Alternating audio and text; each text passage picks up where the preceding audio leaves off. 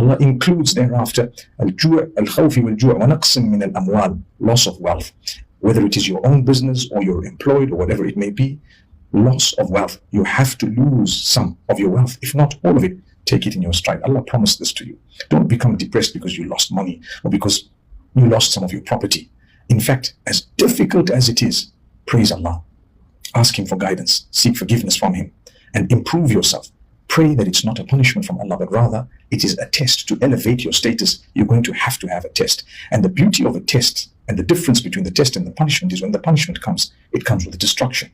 And it comes with a lot of difficulty, hardship that a person cannot come to terms with.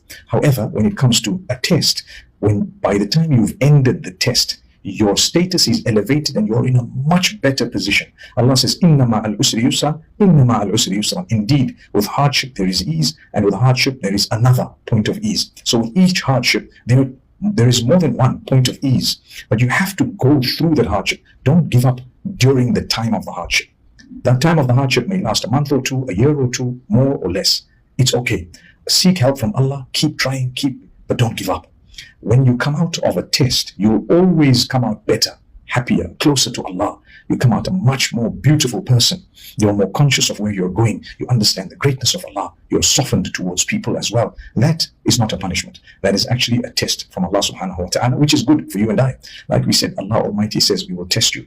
وَنَقْسٍ مِنَ الْأَمْوَالِ وَالْأَنفُسِ. We will even test you with loss of life. You will lose people around you. You may lose so much. And Allah Almighty says to us, loud and clear, Bashir as-sabirin. Give good news, glad tidings to those who are patient. Give good news to those who are patient. What do they say? الَّذِينَ إِذَا أَصَابَتْهُمْ مُصِيبَةٌ. Those whom when calamity strikes them, they say, قَالُوا إِنَّا لِلَّهِ وَإِنَّا إِلَيْهِ رَاجِعُونَ.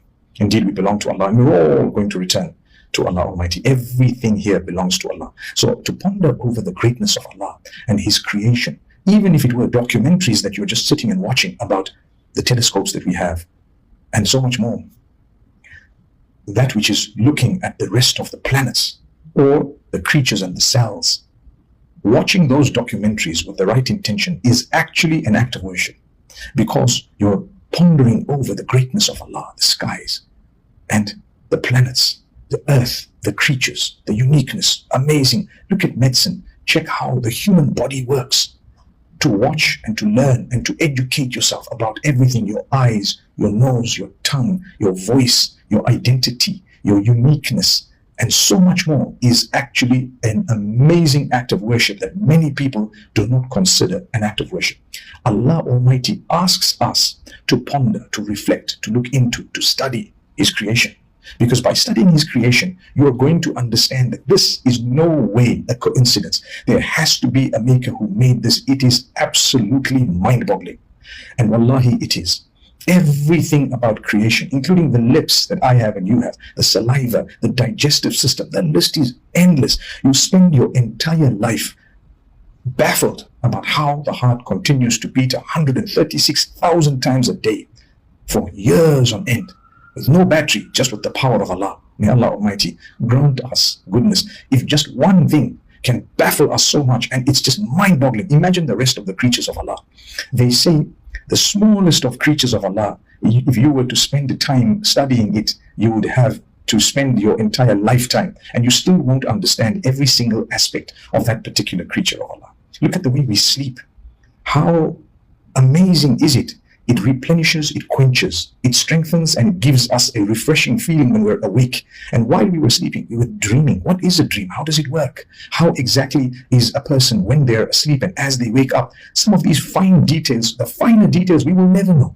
And the strange thing is, as much as we're studying all of this, studies are proving that what Allah has revealed is correct. Over time, they're adjusting their findings. So something that might sound absurd, later on, science comes and proves it. No, actually, what we found earlier was wrong. We're adjusting it to come in tune with what Allah has revealed. And that's what it is. So may Allah subhanahu wa ta'ala grant us from His greatness. My brothers, my sisters, may He grant us from His favor. Let's ponder over the greatness of Allah and change our lives in the process. أقول قولي هذا. السلام عليكم ورحمة الله وبركاته.